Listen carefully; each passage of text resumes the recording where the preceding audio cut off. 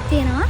අපි අපිට නිරතුරුව උදව් කරන එරික් ජයවික්‍රම සර් සමගින් අපි මේ පැලේ පිළිබඳව විස්තර අසා දැනගමු.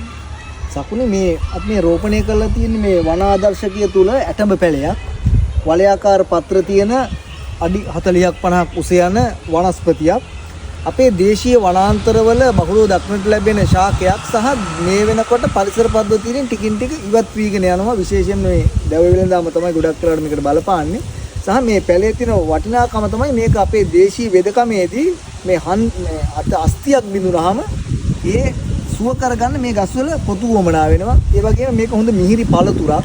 දැන් ඌණ භාවිත පළතුරක් වෙලා තිබෙනවා. ඒ වගේම සත්තුන්ට හොඳ ආහාරයක් වෙනවා.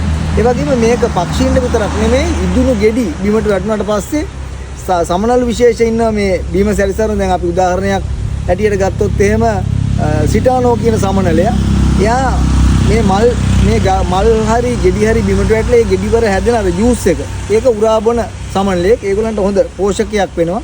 ඒ වගේම අපේ කුරුල්ලන්ට ඒ වගේම දැන් අපේ හිතමුකෝ අපේ ඉන්නවනේ වඳුරෝ රිලව් ඒ වගේ පළතුරු කන සත්තු ටිකක් ඒ සත්තුන්ට ලේන්නුන්ට මේ හැමෝටම ඒ පරිසර පද්ධතිය ආරක්ෂා කරගන්න වටින ශාකයක් සහ වනාන්තරවල ඉහළ ස්තරය ශක්තිමත් කරන ශාකයක්.